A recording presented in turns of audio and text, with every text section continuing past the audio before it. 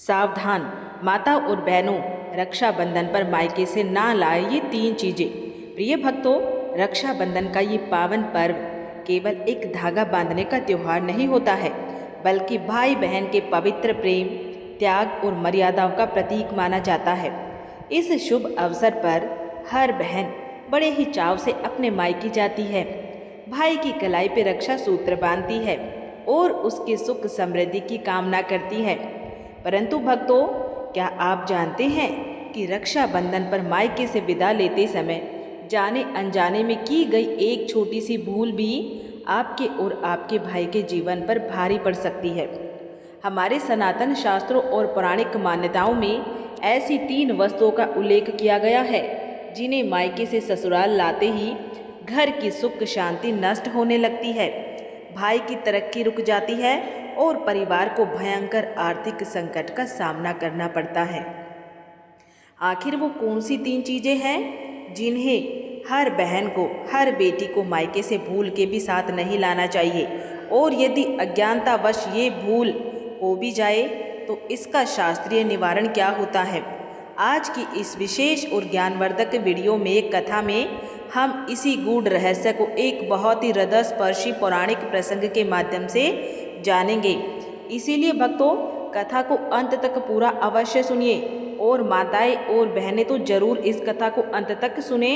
और यदि आप हमारे चैनल पर नए हैं, पहली बार आए हैं, तो इस वीडियो को लाइक करें। अगर आपको ये जानकारी पसंद आए और ऐसी ही धार्मिक और ज्ञानवर्धक पौराणिक कथाओं के लिए हमारे चैनल को सब्सक्राइब करना बिल्कुल ना भूलें। तो आइए पूरी निष्ठा के साथ शुरू करते हैं आज की ये पावन वीडियो।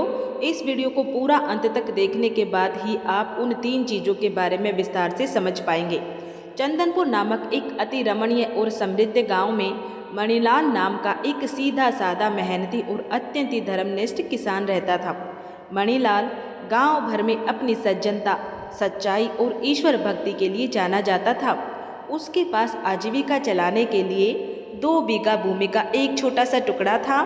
मणिलाल भोर की पहली किरण फूटने से लेकर संध्या का सूरज ढलने तक उसी भूमि में पसीना बहाता था। उसकी पत्नी कौशल्या भी अत्यंत ही संस्कारी और घर के कार्य में निपुण स्त्री थी। दोनों का जीवन धन दौलत के अभाव में भले ही साधारण था, परंतु उनके घर में प्रेम, संतोष और संस्कारों की कोई कमी नहीं थी।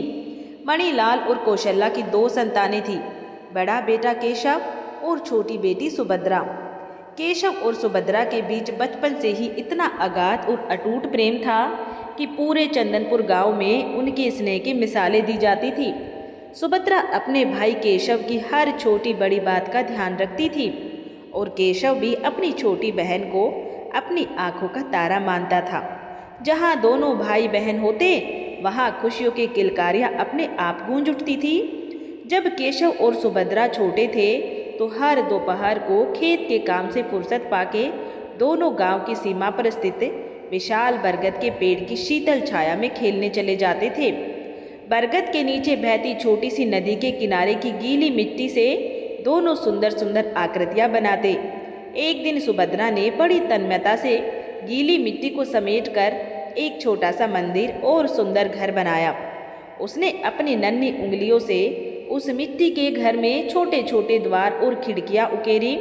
फिर उसने बहुत गर्व से केशव को पुकारा, भैया देखो, मैंने तुम्हारे लिए कितना सुंदर मंदिर और राजमहल बनाया है। केशव ने मुस्कुराते हुए उस मिट्टी के छोटे से ढांचे को देखा और ठहाका लगा के बोला, सुभद्रा, ये घर तो इतना छोटा है कि इसमें मेरा एक पाँव भी नहीं समाएगा। मैं इसमें कैसे रहूँगा? सुभद्रा ने बड़े ही स्नेह और भोलेपन से केशव की ओर देखा और उसके हाथ को अपने नन्हे हाथों में थाम के बोली, भैया तुम्हें हमेशा मेरे साथ ही रहना है। जब मैं बड़ी हो जाऊंगी तो तुम्हारे लिए पत्थरों का एक विशाल और पक्का महल बनवाऊंगी जो कभी नहीं टूटेगा। केशव अपनी बहन की निश्चल और प्यार भरी बात सुन के खिलखिला के हंस पड़ा। दोनों को इस बात का तनिक भी आभास नहीं था कि काल का चक्र कितनी तेजी से घूमता है और समय के साथ परिस्थितियां कैसे बदल जाती है। उन्हें तो बस एक दूसरे के साथ होने में ही संसार का सारा सुख अनुभव होता था। मणिलाल जब भी दूर खेत से अपने बच्चों को हंसते खेलते देखता तो उसका हृदय असीम तृप्ति से भर जाता था। समय का पहिया पंख लगा के उड़ता रहा। धीरे धीरे वर्ष बीतते गए और सुभद्रा तथा केशव बड़े होने लगे। बचपन के खेल खिलौने पीछे छूट गए, लेकिन उनके बीच का स्नेह धुंधला होने की बजाय और अधिक गहरा होता गया। केशव अब अपने पिता के साथ हल चलाने और खेती बाड़ी की जिम्मेदारी उठाने लगा था। वहीं सुभद्रा अपनी माँ कौशल्या के साथ रसोई और घर के कामों में हाथ बटाने लगी थी। जब सुभद्रा विवाह योग्य हो गई तो पिता मणिलाल को उसकी विदाई की चिंता सताने लगी। वो चाहता था कि उसकी लाडली बिटिया को ऐसा परिवार मिले जहां उसे बेटी जैसा मान सम्मान और असीम स्नेह मिले। काफ़ी खोजबीन और विचार विमर्श के बाद मणिलाल को पड़ोसी के गांव सुंदरपुर में एक बहुत ही संस्कारी और प्रतिष्ठित किसान परिवार मिला।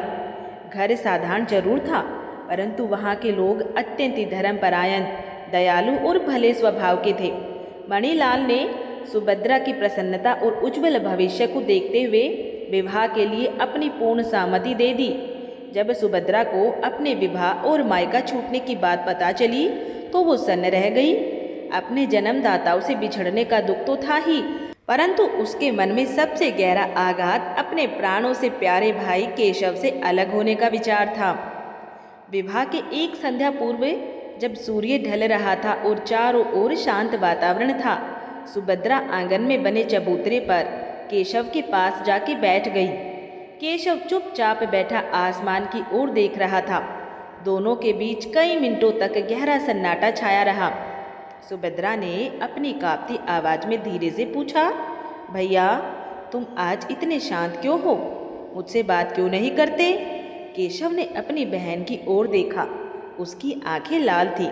उसने रूंधे हुए गले से कहा, सुभद्रा कल तुम्हारी शादी हो जाएगी और तुम पराए घर चली जाओगी। फिर इस विशाल आंगन में मेरे साथ कौन बैठेगा? मुझे काम से लौटने पर कौन हंसकर पानी देगा? ये सुनते ही सुभद्रा का धैर्य टूट गया। उसकी आंखों से अश्रुधारा बह निकली। उसने तुरंत अपने भाई की हथेली को अपने दोनों हाथों में थाम लिया और अत्यंत ही भावुक होकर बोली, भैया केवल मेरा शरीर इस घर से दूर जा रहा है, मेरी आत्मा और मेरा स्नेह हमेशा इसी आंगन में रहेगा। मेरा ससुराल भले बदल जाए, लेकिन तुम्हारा और मेरा ये पावन रिश्ता युगों युगों तक नहीं बदलेगा। केशव ने अपनी बहन के आंसू पोंछते हुए कहा, पर सुभद्रा मैं तुम्हारे बिना रोज कैसे रहूँगा? ये घर तुम्हारे बिना सूना हो जाएगा। सुभद्रा ने अपने भाई को ढांढस बंधाते हुए कहा, भैया जब भी तुम्हें मेरी याद आए तुम मुझे एक बुलावा भेज देना। मैं सब कुछ छोड़कर तुमसे मिलने चली आऊँगी और तुम भी मुझसे वादा करो कि कभी ये नहीं सोचोगे कि तुम्हारी बहन पराई हो गई है। ये मायका हमेशा मेरा अपना रहेगा। अगले ही दिन गाजे बाजे के साथ सुंदरपुर से बारात आई। विवाह की सभी शास्त्रीय रस्में और फेरे वैदिक मंत्रों उच्चार के बीच अत्यंत सादगी और आनंद के साथ संपन्न हुए। परंतु जब विदाई की अंतिम घड़ी आई तो पूरे चंदनपुर गांव का माहौल अत्यंत भावुक और शोकाकुल हो उठा। कौशल्या अपनी लाडली बेटी को छाती से लगा के रो रही थी और मणिलाल अपनी आंखों के बहते आंसुओं को पोंछने का निष्फल प्रयास कर रहा था। सुभद्रा ने सबसे पहले अपने पूज्य पिता के चरण स्पर्श किए। मणिलाल ने अपनी बेटी के सिर पे हाथ रखकर रूंधे हुए गले से आशीर्वाद दिया, बेटी जिस नए कुल में तू जा रही है उसे अपने आचरण और प्रेम से सजाना, बड़ों का आदर करना, छोटों पर स्नेह लुटाना और हर परिस्थिति में धर्म का पालन करना। हमेशा सुखी और अखंड सौभाग्यवती रहो। इसके बाद सुभद्रा अपनी माँ के गले मिली। अंत में वो अपने भाई केशव के सामने आके खड़ी हो गई। दोनों भाई बहन एक दूसरे की ओर देखते रहे, मानो बचपन की अनगिनत यादें, मिट्टी के वो घर और बरकत की छाया उनकी आंखों के सामने से चित्रपट की भांति गुजर रही हो। केशव ने सुभद्रा के सिर पे हाथ रखा और रूंधे गले से कहा, सुभद्रा अपने इस भाई को कभी भूल मत जाना। अपने नए घर में हमेशा मुस्कुराते रहना, क्योंकि तुम्हारी खुशी में ही मेरी सांसें बसती है। सुभद्रा ने सिसकते हुए कहा, भैया अपने हृदय के टुकड़े को कोई कैसे भूल सकता है? तुम अपना और माता पिता का ध्यान रखना। पालकी में बैठ के सुभद्रा अपने नए संसार यानी कि अपने ससुराल सुंदरपुर के लिए विदा हो गई। रास्ते भर उसकी आंखें नम थी, परंतु मन में अपने परिवार के दिए संस्कारों और अटूट प्रेम का संबल था। ससुराल पहुंचने पर सुभद्रा का भव्य स्वागत हुआ। उसने अपने सुघड़ गृह कार्य, मधुर वाणी, नम्रता और निश्चल सेवा भाव से बहुत ही कम समय में अपनी सास यशोदा देवी, ससुर जी और पति चंद्रभान का दिल जीत लिया। ससुराल के सभी लोग सुभद्रा जैसी गुणी और संस्कारी बहू को पाके स्वयं को भाग्यशाली मानने लगे। सुभद्रा भी ससुराल को अपना ही घर मानकर हर जिम्मेदारी पूर्ण निष्ठा से निभाने लगी, परंतु उसके हृदय के एक कोने में अपने मायके की यादें और भाई केशव का चेहरा सदैव अंकित रहता था। दिन, सप्ताह और महीने अपनी सहज गति से बीतते चले गए। सुभद्रा अपने नए संसार में रच बस चुकी थी। ससुराल में हर कोई उसकी कार्य कुशलता और सेवा भाव का प्रशंसक था, परंतु जैसे जैसे सावन का महीना निकट आने लगा, सुभद्रा का मन मायके की समृद्धियों से संपदित होने लगा। सावन की ठंडी फुहारें जब सुंदरपुर की सूखी मिट्टी को भिगोती, तो सुभद्रा को चंदनपुर का वो विशाल बरगद का पेड़ और अपने भाई केशव की बोली सूरत याद आ जाती। विशेष करके रक्षाबंधन के पावन पर्व का विचार आते ही उसका हृदय उत्साह और व्याकुलता से भर उठता था। बचपन से लेके अब तक एक भी रक्षाबंधन ऐसा नहीं बीता था जब सुभद्रा ने अपने भाई केशव की कलाई पे रक्षा सूत्र न बांधा हो। इस वर्ष विवाह के पश्चात ये उसका पहला रक्षाबंधन था, इसीलिए उसके मन में मायके जाने की उत्कंठा कई गुना बढ़ गई थी। एक दिन संध्या के समय जब घर का दैनिक कार्य समाप्त हो चुका था, सुभद्रा की सास यशोदा देवी ने बहू के चेहरे पर तैरती उदासी और ध्यान मग्नता को भाप लिया। उन्होंने बड़े स्नेह से सुभद्रा के कंधे पे हाथ रखा और मुस्कुराते हुए कहा, पुत्री सुभद्रा, सावन का महीना आधा बीत चुका है और कुछ ही दिनों में रक्षाबंधन का पावन त्योहार आने वाला है। क्या तुम्हारा मन अपने मायके जाने के लिए व्याकुल नहीं हो रहा है? सुभद्रा ने झिझकते हुए सिर झुका लिया और विनीत स्वर में बोली, माँ जी, सच कहूँ तो मुझे अपने भैया केशव और पूज्य माता पिता की बहुत याद आती है। बचपन से ही रक्षाबंधन का दिन हमारे लिए बहुत विशेष रहा है, पर यहाँ घर की जिम्मेदारियाँ। यशोदा देवी ने सुभद्रा की बात बीच में ही काटते हुए कहा, बेटी, मायका हर स्त्री की आत्मा का वो कोना है जहाँ से उसे नया संबल मिलता है, और फिर भाई बहन के इस पावन पर्व पर बेटी का अपने मायके जाना तो सनातन परंपरा है। तुम निश्चिंत होकर जाने की तैयारी करो। कुछ दिन अपने माता पिता और भाई के संग बिता के आओ। उसी रात जब सुभद्रा के पति चंद्रभान खेत से लौटकर आए, तो उन्होंने भी मुस्कुराते हुए सुभद्रा को मायके जाने की पूर्ण सहमति दे दी। चंद्रभान ने कहा, सुभद्रा, केशव बहुत भाग्यशाली है कि उसे तुम्हारे जैसी बहन मिली है। तुम बिना किसी चिंता के जाओ और अपने भाई के लिए सुंदर सा रक्षा सूत्र लेके जाना। सुभद्रा का मन अपने पति और सास के इस उदार व्यवहार से कृतज्ञता से भर गया। अगले ही दिन भोर की पहली किरण फूटते ही सुभद्रा ने स्नान करके भगवान श्री विष्णु और माँ लक्ष्मी की पूजा की। उसने अपने भाई केशव की लंबी आयु, उत्तम स्वास्थ्य और समृद्धि की प्रार्थना की। तत्पश्चात उसने अपनी पसंद से खरीदी गई रेशमी राखी, अक्षत, रोली और कुछ मिठाइयाँ एक सुंदर से वस्त्र में सहेज के रखी। चंद्रभान उसे गांव की सीमा तक छोड़ने आए और सुभद्रा उत्फुल्ल मन से अपने मायके चंदनपुर के लिए निकल पड़ी। जैसे ही सुभद्रा ने चंदनपुर गांव की सीमा में प्रवेश किया, उसकी धड़कनें तेज हो गई। गांव का हर पेड़, हर कच्चा रास्ता उसे अपनी ओर खींचता सा प्रतीत हो रहा था। जब वो अपने मायके के मुख्य द्वार पे पहुंची, तो उस समय केशव आंगन में अपनी कुल्हाड़ी की धार तेज कर रहा था।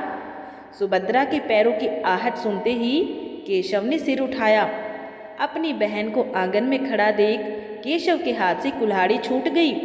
सुभद्रा, केशव के मुख से हर्ष की एक तीखी पुकार निकली और वो दौड़कर अपनी बहन के पास पहुंचा। सुभद्रा ने भाई के चरण छूने चाहे, पर केशव ने उसे बाहों में भरकर गले से लगा लिया। दीदी, तुम आ गई।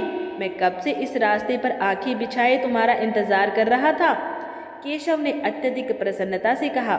सुभद्रा ने भाई के चेहरे को निहारते हुए कहा, भैया मैं तुम्हें कैसे भूल सकती थी। रक्षाबंधन का दिन हो और मैं तुम्हारे पास ना आऊं, ऐसा तो संभव ही नहीं है। आंगन में ये शोर सुनकर पिता मणिलाल और माँ कौशल्या भी रसोई से बाहर निकल आए। अपनी लाडली बिटिया को इतने दिनों बाद सामने देखकर कौशल्या की आंखों से अश्रुधारा बह निकली। उसने दौड़कर सुभद्रा को अपनी छाती से लगा लिया और उसके माथे को चूमते हुए बोली, मेरी बेटी, कितने दिनों के बाद तेरा चांद जैसा मुखड़ा देखा है। आ, पहले घर के भीतर आ। मणिलाल ने भी गदगद कंठ से बेटी के सिर पे हाथ रखा और कहा, बेटी, आज तेरे कदम इस आंगन में पड़े हैं तो ऐसा लग रहा है जैसे हमारे सोने घर में फिर से पुरानी रौनक और लक्ष्मी लौट आई है। सुभद्रा ने माता पिता के चरण स्पर्श किए और मुस्कुराते हुए कहा, बाबा, मायका तो मेरी आत्मा का विस्तार है। यहाँ आते ही मन का सारा कष्ट और थकान क्षण भर में मिट जाती है। दोपहर के समय रक्षाबंधन का शुभ मुहूर्त शुरू हुआ। सुभद्रा ने पूजा की थाली को अक्षत, रोली, चंदन, दीपक और रेशमी राखी से अत्यंत ही सुंदर ढंग से सजाया। केशव एक स्वच्छ आसन पर बैठ गया। सुभद्रा ने भक्ति और प्रेम भाव से भाई के माथे पर केसर और रोली का तिलक लगाया, उस पे अक्षत छिड़के और फिर उसकी दाहिनी कलाई पे रक्षा सूत्र बांध दिया। राखी बांधते हुए सुभद्रा की आंखें नम थी। उसने मन ही मन ईश्वर से अपने भाई के लिए संसार की हर खुशी मांगी। राखी बांधने के पश्चात सुभद्रा ने केशव को मिठाई खिलाई। केशव ने बड़ी ही श्रद्धापूर्वक अपनी बहन के चरण स्पर्श किए और अपनी जेब से एक छोटी सी लकड़ी की नक्काशीदार डिब्बी निकालकर सुभद्रा की हथेली पे रख दी। सुभद्रा ने अचरज से पूछा, भैया ये क्या है? केशव ने विनीत भाव से कहा, दीदी, ये मैंने स्वयं अपने हाथों से तुम्हारे लिए बनाई है। मेरे पास तुम्हें देने के लिए कोई बहुमूल्य धन या फिर आभूषण तो नहीं है, परंतु इस छोटी सी भेंट से मेरे हृदय का पूरा प्रेम समाहित है। सुभद्रा ने उस डिब्बी को अपने हृदय से लगा लिया और अश्रुपूर्ण नेत्रों से कहा, भैया, तुम्हारे प्रेम से बढ़कर मेरे लिए इस संसार में कोई धन नहीं है। ये भेंट मेरे लिए अमूल्य है। पूरा दिन उत्सव के माहौल में बीता। कौशल्या ने अपनी बेटी की पसंद के तरह तरह के पारंपरिक व्यंजन बनाए। दोपहर को सबने एक साथ बैठ के भोजन किया। संध्या के समय जब धूप ढल गई तो सुभद्रा और केशव उसी पुराने बरगद के पेड़ के नीचे जाके बैठ गए जहां उनका बचपन बीता था। दोनों ने अपने बचपन की पुरानी शरारतों, मिट्टी के घरों और बीते दिनों को याद करके खूब हंसी ठहाके लगाए।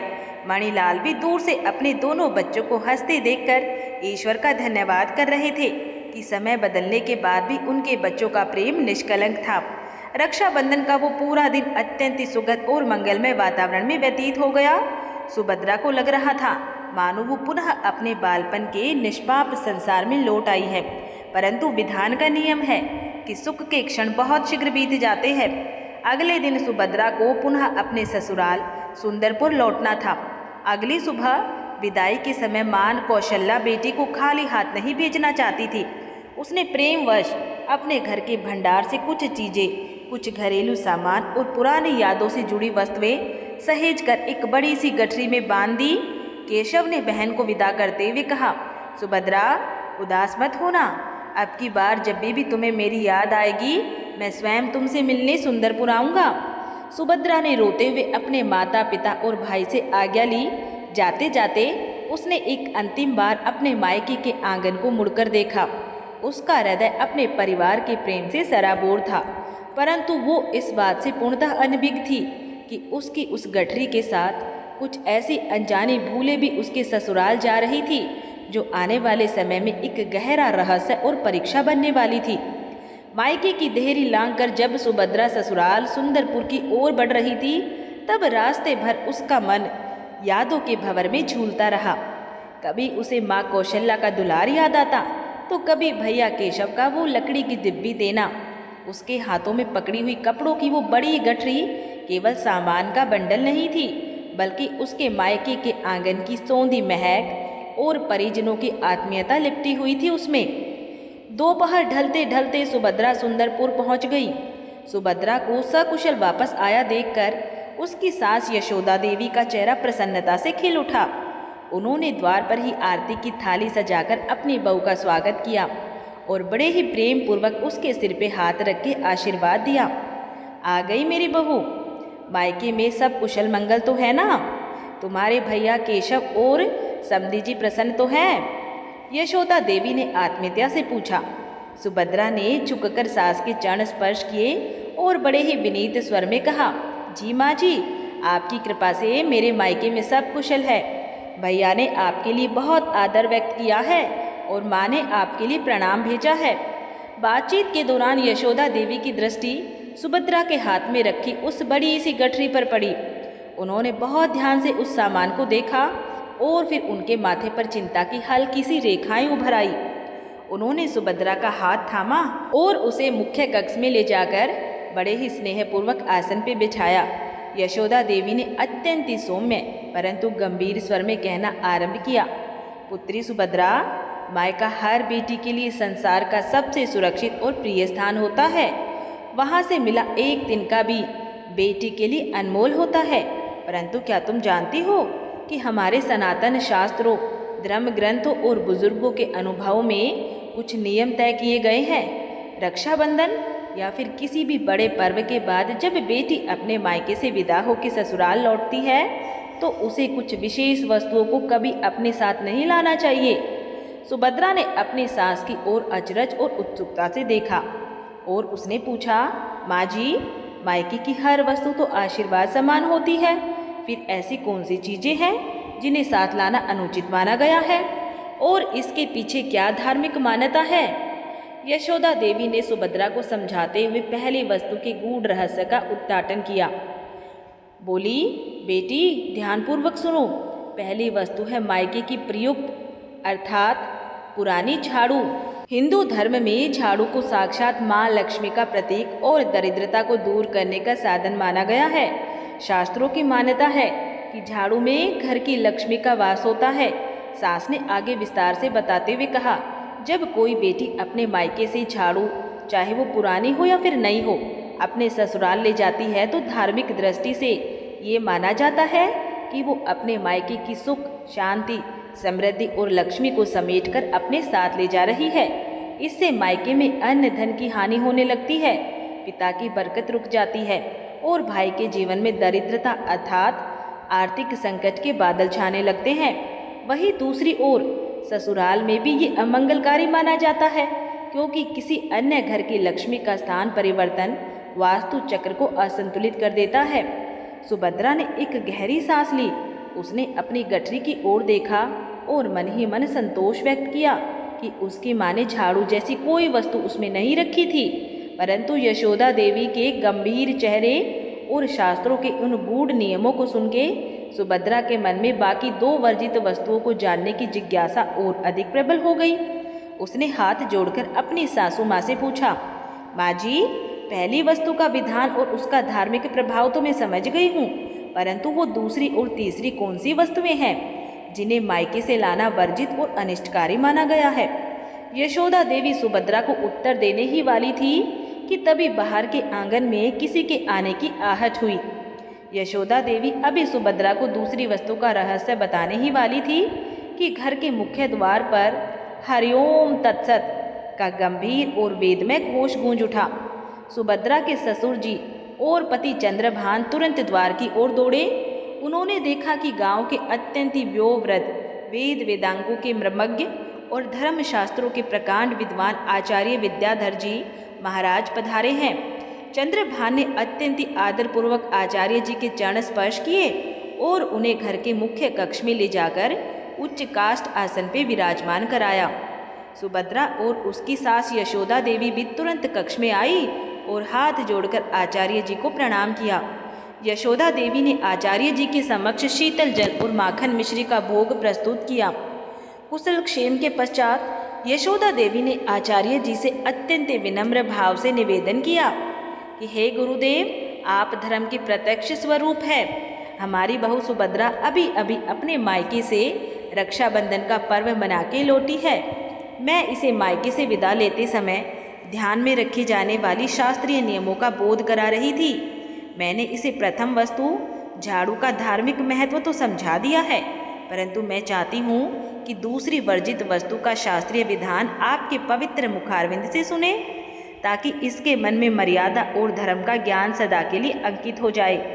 आचार्य विद्याधर जी ने अपनी उज्जवल और शांत आंखों से सुभद्रा की ओर देखा। उन्होंने अपने रुद्राक्ष की माला को जपते हुए अत्यंत गंभीर और ओजस्वी वाणी में कहना आरंभ किया। पुत्री सुभद्रा, हमारी सनातन संस्कृति में हर परंपरा के पीछे गहरा आध्यात्मिक, वास्तु और सामाजिक विज्ञान निहित है। शास्त्र स्पष्ट रूप से निर्देश देते हैं कि रक्षाबंधन या फिर किसी भी मांगलिक अवसर पर मायके से ससुराल लौटते समय दूसरी सबसे वर्जित वस्तु है मायके के पुराने फटे हुए वस्त्र अथवा प्रयुक्त सुई धागा। आचार्य जी ने अपनी बात को और विस्तार देते हुए शास्त्र सम्मत कारणों पर प्रकाश डाला। पुत्री, सुई का स्वभाव है छिद्र करना और वस्त्रों को भेदना, जबकि धागा बंधन का प्रतीक है। जब कोई कन्या अपने मायके से सुई और धागा साथ लेके आती है तो सूक्ष्म जगत में ये मायके और ससुराल के पवित्र संबंधों के बीच वैचारिक छिद्र अथवा खटास उत्पन्न करने का कारक बनता है। सुई तीक्ष्णता और राहु के प्रभाव का प्रतिनिधित्व करती है। यदि मायके से सुई या फिर धागा जैसी नुकीली वस्तुएं लाई जाए तो दोनों कुलों के प्रेम संबंधों में चुभन, कलह और ग्रह कलेश का संचार होने लगता है। आचार्य विद्याधर जी ने आगे समझाते हुए कहा, इसी प्रकार मायके से मांगे गए या फिर लाए गए पुराने और फटे पुराने वस्त्र दरिद्रता और शनि के नकारात्मक प्रभाव को आकर्षित करते हैं। जब बेटी मायके से फटे पुराने वस्त्र लाती है तो माना जाता है कि वो मायके के पुराने कष्टों और कलेशों को भी साथ ढो रही है। इससे एक और जहां मायके में भाई की उन्नति, व्यापार और कार्य क्षेत्र में अकस्मात रुकावटें आने लगती हैं, वहीं दूसरी ओर ससुराल में धन का अकारण अपव्यय होने लगता है और अन्नपूर्णा रुष्ट हो जाती है। आचार्य जी के ओजस्वी और ज्ञानवर्धक शब्द सुनते ही सुभद्रा के पांव तले जमीन खिसक गई। उसका हृदय धड़क धड़क कर कांपने लगा। उसके मस्तिष्क में तुरंत वो छवि कौंध गई जब उसकी माँ कौशल्या ने विदाई के समय गठरी के निचले हिस्से में सिलाई का एक छोटा सा डिब्बा रखा था, जिसमें सुई और रंग बिरंगे धागे पड़े थे। माँ ने तो ये केवल इसलिए दिया था कि रास्ते में या फिर ससुराल में आपातकाल में वस्त्र सिलने के काम आए, परंतु इसका इतना गहरा धार्मिक और अनिष्टकारी प्रभाव हो सकता है, ये सुभद्रा ने स्वप्न में भी नहीं सोचा था। सुभद्रा का चेहरा पीला पड़ गया। उसने अपनी घबराहट को छुपाने का भरसक प्रयास किया, परंतु उसके हाथ पैर ठंडे पड़ रहे थे। वो मन ही मन सोचने लगी कि अनजाने में ही सही उससे कितनी भयानक भूल हो गई है। आचार्य विद्याधर जी महाराज से धर्मशास्त्रों का गूढ़ ज्ञान प्राप्त करने के बाद पूरा परिवार उन्हें द्वार तक छोड़ने गया। आचार्य जी ने सुभद्रा के सिर पे हाथ रख के आशीर्वाद दिया और अपने आश्रम की ओर प्रस्थान कर गए, परंतु उनके जाने के बाद भी उनके ओजस्वी शब्द सुभद्रा के कानों में गूंज रहे थे। सुभद्रा का मन भारी हो चुका था और उसकी सांसें तेज चलने लगी थी। जैसे ही सब लोग अपने अपने कार्यों में व्यस्त हुए, सुभद्रा अत्यंत कांपते चरणों से अपने एकांत कक्ष की ओर बढ़ी। उसने भीतर से द्वार बंद कर लिया और कांपते हाथों से उस बड़ी सी गठरी की गांठ खोलने लगी। उसके माथे पर चिंता की बूंदें उभर आई थी। गठरी के ऊपर माँ द्वारा दिए गए नए वस्त्र, मिठाइयाँ रखी थी, परंतु जैसे ही उसने निचली तह को हटाया, उसका भयानक संदेश सच साबित हुआ। गठरी के सबसे निचले कोने में माँ कौशल्या का दिया हुआ लकड़ी का छोटा सिलाई डिब्बा रखा हुआ था। सुभद्रा ने थरथराते हाथों से उस डिब्बे का ढक्कन हटाया। भीतर लोहे की तीखी सुइयां और रंग बिरंगे धागों की रील रखी हुई थी। सुभद्रा का हृदय जोर जोर से धड़कने लगा। उसकी आंखों के सामने आचार्य जी के वे कठोर शब्द घूमने लगे। सुई तीक्ष्णता और राहु का प्रतीक है। ये मायके और ससुराल के पवित्र संबंधों में चुभन और कलेश भर देती है। इससे भाई की प्रकृति रुक जाती है। सुभद्रा की आंखों से अश्रुधारा बह निकली। वो उस सिलाई डिब्बे को निहारते हुए फूट फूट के रोने लगी। वो मन ही मन अपनी माँ को याद करके सोचने लगी कि हे माता, तुमने तो ये डिब्बा मेरे प्रति असीम स्नेह और व्यवहारिक चिंता के कारण दिया था कि ससुराल में किसी वस्त्र का धागा उधड़ जाए तो तुम्हारी बेटी को किसी के आगे हाथ ना फैलाना पड़े, परंतु अज्ञानतावश तुमसे ये कितनी बड़ी भूल हो गई है, और मैं भी कितनी अबोध थी जो इसे बिना सोचे समझे अपने साथ ले आई हूँ। सुभद्रा का मन गहरे अपराध बोध से भर गया। उसे अपने प्राणों से प्रिय भाई केशव का चेहरा याद आने लगा। क्या मेरी इस अनजानी भूल के कारण भैया केशव के जीवन में दरिद्रता आ जाएगी? क्या पिताजी की बरकत रुक जाएगी? यदि मेरे ससुराल में कलह फैल गया या फिर पति के व्यापार में हानि हुई तो इस अनिष्ट की उत्तरदायी केवल और केवल मैं ही कहलाऊंगी। सुभद्रा को समझ नहीं आ रहा था कि वो इस वस्तु का क्या करे। उसे लगा कि यदि वो ये बात अपनी सास को बताएगी तो शायद सास उससे रुष्ट हो जाएगी या फिर इसे अशुभ मानकर मायके पर दोष बन देगी। भय और अपराध बोध के कारण उसका शरीर ठिठुरने लगा और उसने उस सिलाई डिब्बे को पुनः वस्त्रों के नीचे छिपाकर गठरी को वापस बांध दिया। संध्या का समय हो चुका था। पश्चिमी क्षितिज पर सूरज ढल रहा था। सुभद्रा का पति चंद्रभान जब खेतों का निरीक्षण करके घर लौटा तो उसने देखा कि पूरे घर में दीपक जल चुके हैं, परंतु उसके कक्ष में सन्नाटा पसरा हुआ है। जब वो कक्ष में गया तो उसने सुभद्रा को बिछावन पर सुध बुध खोए पड़े देखा। उसके नयन आंसुओं से भीगे हुए थे और चेहरा पीला पड़ा हुआ था। चंद्रभान तुरंत सुभद्रा के समीप आया और चिंतित होकर उसके माथे को छुआ। सुभद्रा, क्या हुआ? तुम्हारा शरीर इतना ठंडा क्यों पड़ रहा है? क्या मायके से लौटते समय मार्ग में तुम्हारी तबीयत बिगड़ गई? सुभद्रा ने अपने पति को देखा और उसका धैर्य पूरी तरह से टूट गया। वो चंद्रभान की छाती से लगकर सिसक कर रोने लगी। चंद्रभान ने उसके सिर को पुचकारते हुए कहा, प्रिय, जो भी बात है मुझे स्पष्ट बताओ, मुझसे अपनी व्यथा मत छिपाओ। सुभद्रा ने हिचकियों के बीच कांपते स्वर में कहा, स्वामी, मुझसे बहुत भयानक अपराध हो गया है। आज आचार्य जी ने जिस दूसरी वर्जित वस्तु का वर्णन किया था वो सुई और धागा मेरी इस गठरी में रखा हुआ है। मेरी माँ ने अज्ञानतावश इसे मेरे साथ भेज दिया और मैं भी इसे ले आई हूँ। मैं अपने भाई केशव और इस परिवार पर आने वाले अनिष्ट के भय से मर रही हूँ। चंद्रभान ने सुभद्रा की बात बहुत शांत और धैर्यपूर्वक सुनी। उसने अपनी पत्नी के आंसू पोंछे और अत्यंत ही सौम्य वाणी में कहा, सुभद्रा, शांत हो जाओ। जो कार्य बिना किसी कुटिल भावना और अज्ञानतावश किया गया हो वो पाप नहीं कहलाता है। धर्मशास्त्रों का उद्देश्य मनुष्य को भयभीत करना नहीं बल्कि चेतना जगाना है। यदि भूल हुई है तो उसका शास्त्रीय निवारण भी अवश्य होगा। तुम भयमुक्त हो जाओ। कल भोर होते ही हम माँ जी से इस विषय में बात करेंगे और इसका उचित समाधान निकालेंगे। पति के इस आश्वासन और संबल से सुभद्रा के अशांत मन को थोड़ी शांति मिली, परंतु भाई केशव पर मंडराते अनिष्ट का भय अभी भी उसके हृदय में गहरी टीस पैदा कर रहा था। अगली सुबह भोर की पहली किरण फूटते ही चंद्रभान सुभद्रा को लेकर अपनी माँ यशोदा देवी के पास पहुँचे। सुभद्रा का हृदय अभी भी आशंका से काँप रहा था। चंद्रभान ने अत्यंत नम्रता से अपनी माँ के सामने पूरी स्थिति रखी और बताया कि किस प्रकार अज्ञानता में मायके की विदाई गठरी में सुई धागा चला आया था। यशोदा देवी ने सुभद्रा का उतरा हुआ चेहरा देखा तो उनके भीतर की वात्सल्यमयी माँ जाग उठी। उन्होंने सुभद्रा को अपने समीप बैठाया और उसके माथे को चूमते हुए स्नेहपूर्वक कहा, पुत्री सुभद्रा, मन से ये ग्लानि निकाल दो। शास्त्र कहते हैं कि अज्ञानता में किया गया कोई भी आचरण पाप की श्रेणी में नहीं आता है जब तक कि उसमें दुर्भावना ना हो। धर्म हमें मर्यादित और सचेत करता है, भयभीत नहीं। जब भूल का बोध हो जाए तो ईश्वर स्वयं निवारण का मार्ग प्रशस्त करते हैं। यशोदा देवी के इन आत्मीय शब्दों से सुभद्रा की आंखों से अश्रु छलक पड़े। उसने सास के चरण स्पर्श किए और कहा, माँ जी, आप सचमुच महान हैं, परंतु कृपा मुझे तीसरी वर्जित वस्तु के विषय में भी पूर्ण ज्ञान दीजिए ताकि भविष्य में कभी भूल कर भी ऐसी त्रुटि ना हो।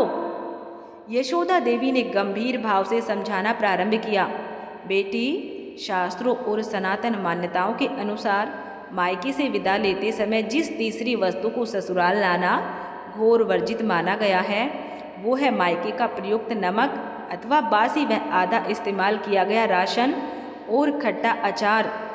यशोदा देवी ने इस नियम के पीछे के गूढ़ धार्मिक और आध्यात्मिक कारणों पर प्रकाश डालते हुए आगे कहा, पुत्री, नमक साक्षात चंद्र और शुक्र ग्रह की ऊर्जा से संचालित होता है और ये घर के वास्तु चक्र में बहुत गहरा प्रभाव डालता है। जब कोई विवाहित कन्या अपने मायके से इस्तेमाल किया हुआ नमक या फिर बचा हुआ अन्न राशन अपने साथ ससुराल लाती है तो इसका अर्थ ये निकाला जाता है कि वो मायके के ऋण और दरिद्रता के अंश को अपने साथ ढोके ला रही है। इससे मायके की अन्नपूर्णा देवी रुष्ट हो जाती है और पिता व भाई के भंडार धीरे धीरे रिक्त होने लगते हैं। वहीं दूसरी ओर किसी अन्य घर का प्रयुक्त नमक ससुराल लाने से यहाँ का वास्तु असंतुलित होता है और सदस्यों के मानसिक स्वास्थ्य पर, आर्थिक उन्नति पर नकारात्मक प्रभाव पड़ता है और मायके से खट्टी वस्तु या फिर प्रयुक्त खाद्य पदार्थ लाने से ससुराल में अन्नपूर्णा का वास प्रभावित होता है और मायके में भी दरिद्रता की छाया पड़ने लगती है। यशोदा देवी ने बात समाप्त करते हुए कहा, मायका बेटी को आशीर्वाद, नया वस्त्र और शगुन देने के लिए है, परंतु मायके के उपयोग किए हुए रसोई के सामान पर बेटी का कोई अधिकार नहीं होता है। बेटी का कर्तव्य है कि वो अपने ससुराल की अन्नपूर्णा को समृद्ध बनाए, ना कि मायके की गृहस्थी चक्र में हस्तक्षेप करे। सुभद्रा ने हाथ जोड़कर भगवान श्री हरि नारायण का धन्यवाद किया कि कम से कम उसने नमक या फिर राशन जैसा कोई सामान अपने साथ नहीं लिया था, परंतु गठरी में आए उस सुई धागे के अनिष्टकारी प्रभाव को कैसे समाप्त किया जाए और भाई केशव और मायके के परिवार को आने वाले संकटों से कैसे बचाया जाए, इसका शास्त्रीय उपाय ढूंढना अभी भी सुभद्रा के लिए अति आवश्यक था। यशोदा देवी ने कहा, बेटी निश्चिंत रहो, आज शाम के समय हम पुनः आचार्य विद्याधर जी महाराज के आश्रम चलेंगे और उनसे इस भूल का विधिवत प्रायश्चित और निवारण पूछेंगे। संध्या के समय सुभद्रा और यशोदा देवी आचार्य जी के आश्रम जाने की तैयारी ही कर रही थी कि सुंदरपुर के मुख्य द्वार पर गांव के संदेशवाहक का आगमन हुआ।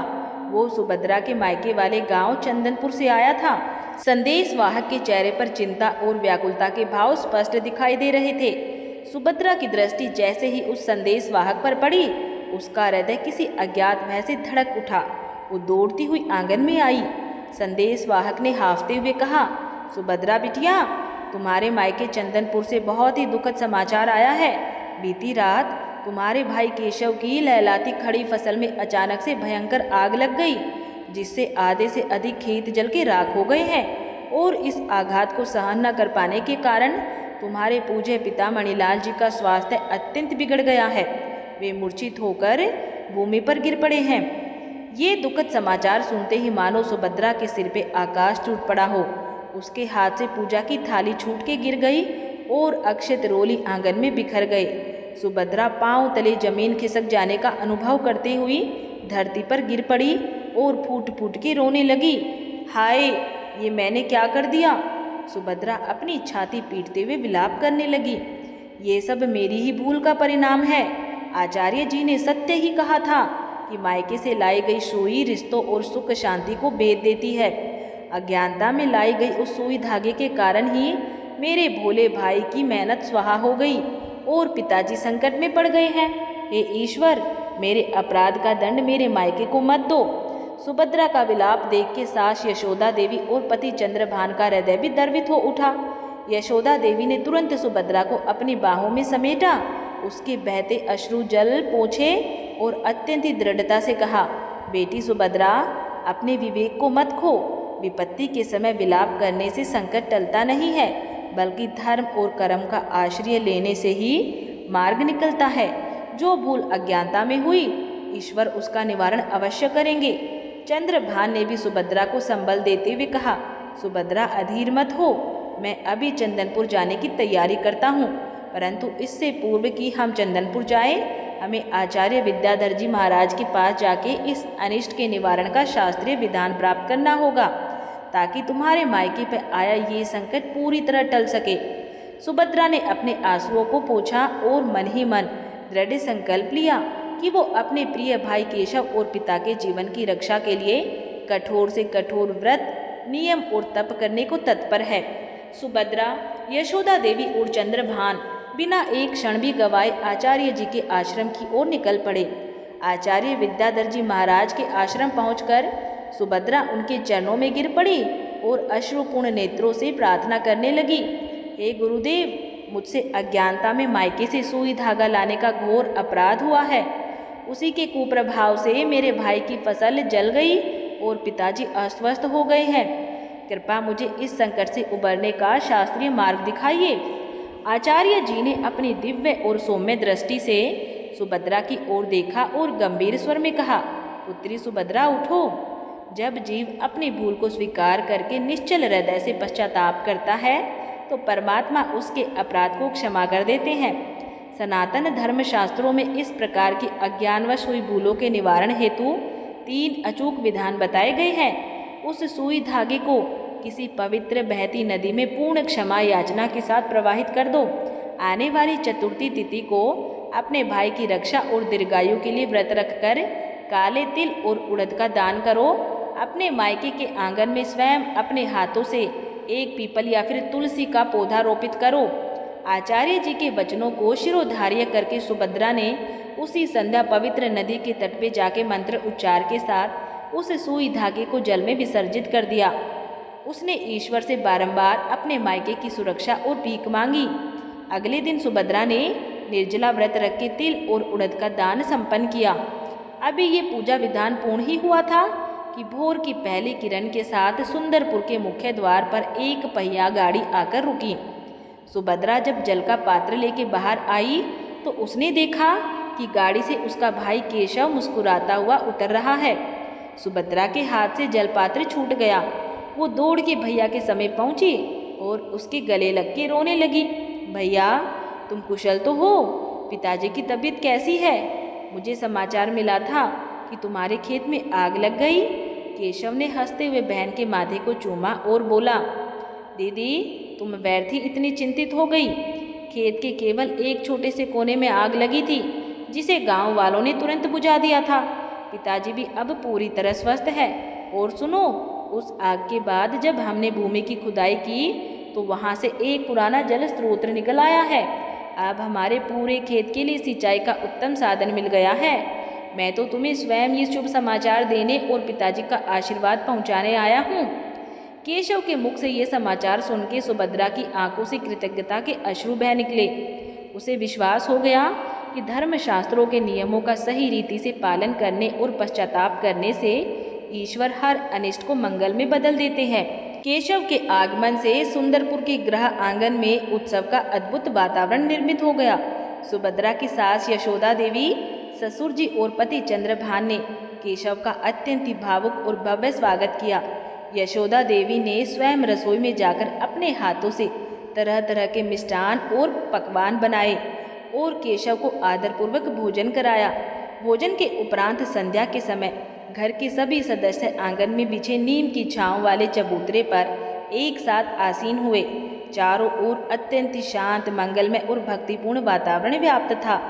बातचीत के क्रम में चंद्रभान ने कहा, केशव भाई, जब हमें चंदनपुर से आग और समधी जी के अस्वस्थ होने का समाचार मिला था तो हम अत्यंत व्यथित हो गए थे, परंतु ईश्वर की अनुकंपा देखिए कि वो संकट भी अंततः आपके परिवार के लिए एक नए वरदान और जल स्रोत के रूप में परिवर्तित हो गया है। केशव ने बड़े ही विनीत भाव से सिर झुकाते हुए उत्तर दिया, जी बहनोई जी, ये सब ईश्वर की असीम कृपा और मेरी बहन सुभद्रा के पवित्र संस्कारों और प्रार्थनाओं का ही फल है। सनातन परंपरा और शास्त्रों में जो नियम ऋषियों ने बनाए हैं वे केवल रूढ़ियाँ नहीं हैं। जब मनुष्य उनका निष्ठापूर्वक पालन करता है तो प्रकृति और ईश्वर स्वयं रक्षा कवच बन के खड़े हो जाते हैं।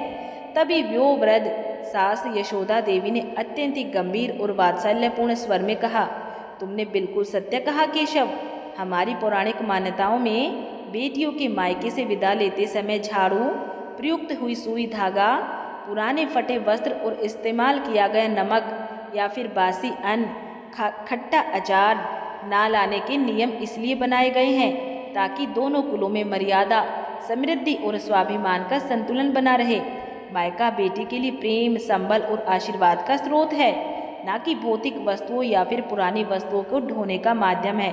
जब बेटी इन मर्यादाओं का पालन करती है तो मायके की अन्नपूर्णा देवी भी अक्षुण्ण रहती है और ससुराल में भी वास्तु का अक्षय वास होता है। सुभद्रा ने अपनी सास और भाई के वचनों को अत्यंत श्रद्धा से अपने हृदय में अंकित कर लिया। उसे अब धर्मशास्त्रों के व्यवहारिक, आध्यात्मिक और कल्याणकारी स्वरूप का बोध हो चुका था। अगले दिन भोर में सुभद्रा अपने भाई केशव और पति चंद्रभान के साथ अपने मायके चंदनपुर पहुंची। वहां पहुंचकर उसने अपने पूज्य पिता मणिलाल और माता कौशल्या के चरण स्पर्श कर आशीर्वाद लिया। मणिलाल जी अब पूरी तरह स्वस्थ और प्रसन्न थे। आचार्य जी के बताए अंतिम विधान के अनुसार सुभद्रा ने अपने हाथों से मायके के पवित्र आंगन में एक पीपल और तुलसी के पौधे का रोपण किया तथा विधिवत जल अर्पित करके उसकी पूजा की। जैसे धीरे वो पीपल का पौधा पल्वित और विकसित होकर विशाल वट वृक्ष की भांति फलने फूलने लगा, ठीक उसी गति से मणिलाल और केशव के घर में धन धान्य और सुख समृद्धि के अक्षय भंडार भरते चले गए। केशव का खेती का व्यापार चारों दिशाओं में फैल गया और उसकी मेहनत रंग लाई। उधर ससुराल सुंदरपुर में भी सुभद्रा के आचरण, धर्मपरायणता और सुगढ़ता के कारण चंद्रभान के घर में दिन दोगुनी रात चौगुनी उन्नति होने लगी। सुभद्रा ने अपने शील, भक्ति और शास्त्रों की मर्यादा का आदर करते हुए मायके और ससुराल दोनों कुलों का नाम संपूर्ण क्षेत्र में रोशन कर दिया। रक्षाबंधन केवल रक्षा सूत्र बांधने का पर्व नहीं है, बल्कि ये दो परिवारों के बीच शास्त्रीय मर्यादाओं, आध्यात्मिक चेतना और पारिवारिक संतुलन का उत्सव है। मायके से विदा लेते समय झाड़ू, प्रयुक्त सुई धागा, पुराने वस्त्र और इस्तेमाल किया गया नमक, खट्टा अचार या राशन ना लाने की पौराणिक परंपरा हमें यही सिखाती है कि मायके का लक्ष्मी तत्व सदैव अक्षुण्ण रहे और ससुराल में स्वाभिमान, शांति और अन्नपूर्णा का स्थायी वास हो। जो स्त्री इन शास्त्र सम्मत मर्यादाओं का पालन करती है, उसके दोनों कुलों पर ईश्वर की अनुकंपा सदैव बनी रहती है। तो प्रिय भक्तों, आशा करती हूँ कि सुभद्रा और केशव की ये हृदयस्पर्शी कथा आपको अत्यंत ही पसंद आई होगी। इस कथा से हमें यही सीख मिलती है कि जाने अनजाने में हुई भूल का यदि समय रहते धर्मशास्त्रों के अनुसार पश्चाताप और निवारण कर लिया जाए तो भगवान श्री हरि विष्णु अनिष्ट को मंगल में बदल देते हैं। रक्षाबंधन के इस पावन पर्व पर हमें भी इन छोटी छोटी किंतु महत्वपूर्ण धार्मिक मर्यादाओं का ध्यान अवश्य रखना चाहिए, ताकि हमारे मायके और ससुराल दोनों कुलों में सदैव सुख, शांति और समृद्धि का वास बना रहे। यदि आपको ये कथा प्रेरणादायक और ज्ञानवर्धक लगी है, ये जानकारी आपको पसंद आई है, आपके लिए उपयोगी हो, तो इस वीडियो को एक प्यारा सा लाइक ज़रूर करें और अपने मित्रों, परिवारजनों के साथ साझा जरूर कर दें, ताकि वे भी इस पौराणिक नियमों का लाभ उठा सके और उन्हें भी ये जानकारी प्राप्त हो सके। और कमेंट बॉक्स में पूरी श्रद्धा से जय श्री कृष्ण या हर हर महादेव लिखना बिल्कुल भी ना भूलें और कमेंट करके बताएं कि आपको ये वीडियो कैसी लगी, ये कहानी कैसी लगी। और ऐसी ही पावन पौराणिक कथाएं, धर्म, कर्म और शास्त्रों के गूढ़ रहस्य जानने के लिए हमारे भक्ति यूट्यूब चैनल शिव राम कथाएं को सब्सक्राइब करके बेल आइकन को ऑल पर सेट कर लें। जल्द ही मिलेंगे एक नई धार्मिक कथा और आध्यात्मिक ज्ञान के साथ। तब तक के लिए ईश्वर की अनुकंपा आप सब पर बनी रहे। बोलिए श्री कृष्ण भगवान की जय, सनातन धर्म की जय। हर हर महादेव। ओम नमः शिवाय।